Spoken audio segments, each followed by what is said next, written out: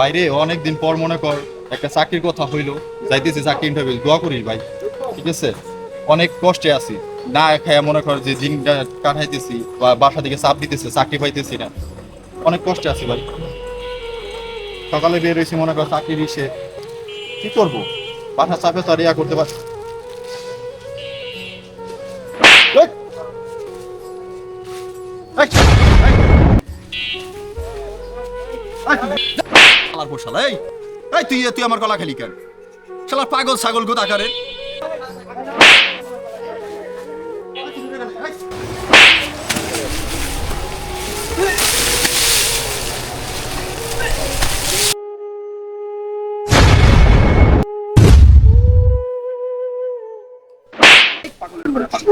শালার পর শালা, তোর কারণে আজকে আমার ইন্টারভিউ দিয়ে যাওয়া হইলো না। শালার পর শালা, তোর শালা পরাবর্তী খেলে আমি পাই নই।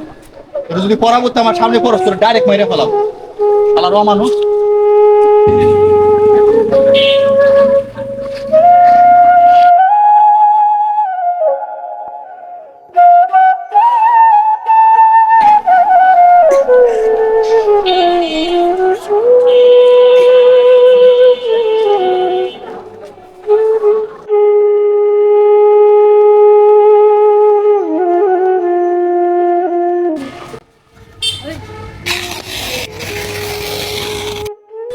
শালা বাচ্চোদ পাগলের বাচ্চা পাগল। আজকে আমার এত সময় নাই, আমি কেয়ার হসপিটালে ইন্টারভিউ দিতে গেছি, তোরা নেক্সট টাইম দেখে নেবো।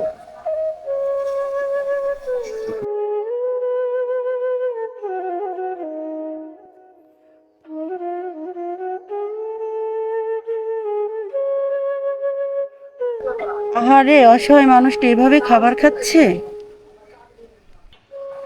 খাবার খাচ্ছেন কেন ভাই? আপনি এই খাবার খাচ্ছেন কেন?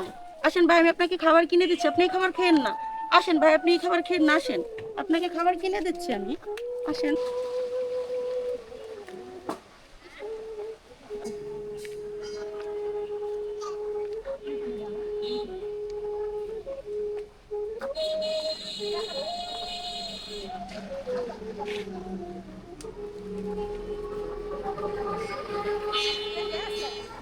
আচ্ছা ভাই, আপনি এই খাবারটা খান, আজকে আমার কাজের তাড়া আছে, আমি কেয়ার হসপিটালে একটা ইন্টারভিউ দিতে যাচ্ছি।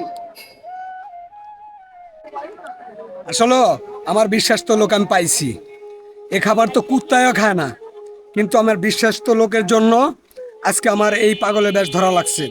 আমি পাইছি, আমি এখন যাই। সালাম আলাইকুম স্যার, আসবো?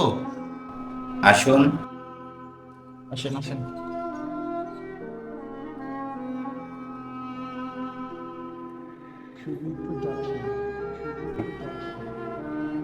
কি আশ্চর্য বিষয়, মেয়ের আসে জব জব করার জন্য।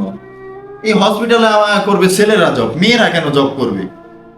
আনইজি ফিল লাগতেছে না? হ্যাঁ? আমার পাশে এসে বসছে কে এরকম ভাবে, জানি না কি হয় আজকে কপালে।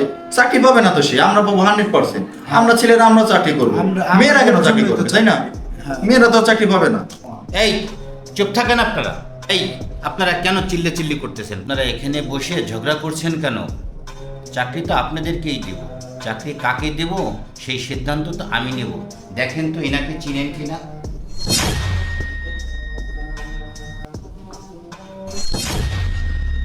কিরে, সে পাগলটা নেই যে?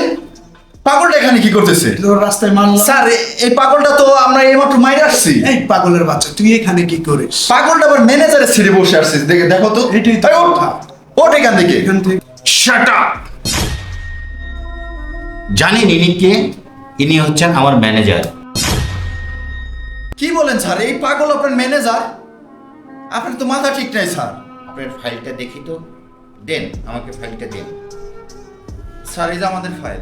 আপনাদের ফাইল চাইনি আমার, আপনার ফাইলটা দেন। কি নাম আপনার? জি বসুন। স্যার, আমাদের ফাইল। আমাদের ইন্টারভিউ নেবেন না? আপনাদের ইন্টারভিউ নেওয়া হয়ে গেছে, আপনাদের ইন্টারভিউ আমার ম্যানেজারই নিয়ে নিছে। কেয়ার হসপিটালে আপনাদের মতো লোক চাকরি করার মতো না। এই মেয়েটাই আমার কোম্পানিতে রিসেপশনের জন্য সিলেক্টেড। আপনারা এখন আসতে পারেন, প্লিজ গো হ্যাড।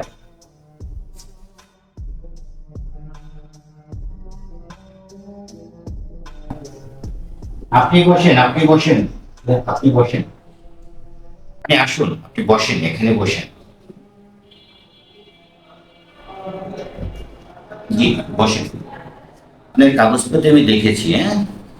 তা আপনি যদি ইচ্ছুক থাকেন কেয়ার হসপিটালে চাকরি করার জন্য, তো আগামীকাল থেকে আপনি যোগদান দেন। এতে আপনার কোনো আপত্তি আছে? স্যার আমি অনেক খুশি হয়েছি স্যার, কেয়ার হসপিটালে আমাকে জবটা দেওয়ার জন্য স্যার। আপনাকে অসংখ্য ধন্যবাদ আমাকে এই জবটা দেওয়ার জন্য।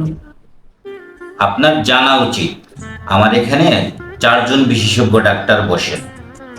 যেমন প্রতি শুক্রবার ডাক্তার গোপাল চন্দ্র সরকার বসেন।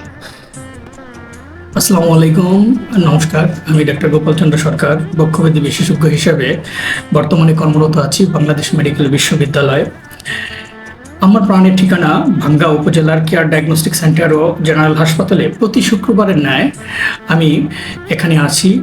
আসুন আপনারা সবাই, সঠিক রোগ নির্ণয় সাপেক্ষে সঠিক চিকিৎসার জন্য আমি আছি আপনাদের পাশে, সবসময় থাকবো। সকলের সুস্বাস্থ্য কামনা করছি। খোদা হাফেজ।